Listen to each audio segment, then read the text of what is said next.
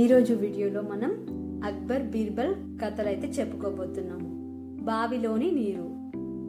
అనగనగా ఒక ఊరిలో ఒక జమీందారు ఉండేవాడు. అతను చాలా లోభి మరియు అందరినీ మోసం చేసి డబ్బు సంపాదించేవాడు. అదే ఊరిలో రంగయ్య అనే రైతు ఉండేవాడు. అతనికి అవసరానికి జమీందారు తన బావిని అమ్మాడు. మర్నాడు ఆ రైతు బావిలో నుంచి నీళ్లు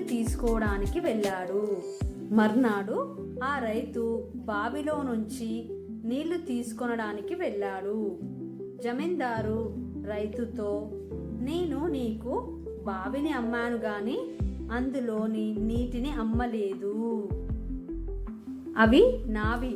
ఆ నీళ్లు కావాలంటే తగిన డబ్బు చెల్లించి నీళ్లు తోడుకో అన్నాడు. రైతుకు జమీందారు వేసిన ఎత్తు అర్థమయ్యి జమీందారుతో గొడవ పడ్డాడు. చివరకు న్యాయం కోసం బీర్బల్ వద్దకు వెళ్ళాడు.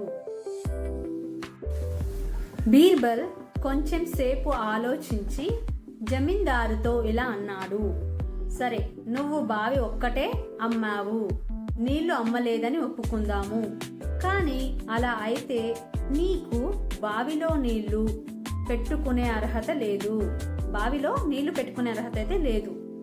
నీ నీళ్ళన్నీ వెంటనే ఎక్కడికైనా మార్చుకో, లేదా రైతుకు నువ్వే బావిలో నీళ్లు పెట్టుకున్నందుకు అద్దె ఇవ్వాలి. ఇలా బీర్బల్ తీర్మానం ఇచ్చాడు.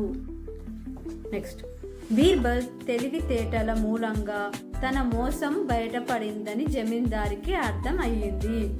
గొడవ మానేసి బావిలోని నీళ్లు కూడా రైతువే అని ఒప్పుకొని తాను చేసిన పనికి సిగ్గుతో తల వంచుకొని వెళ్ళిపోయాడు.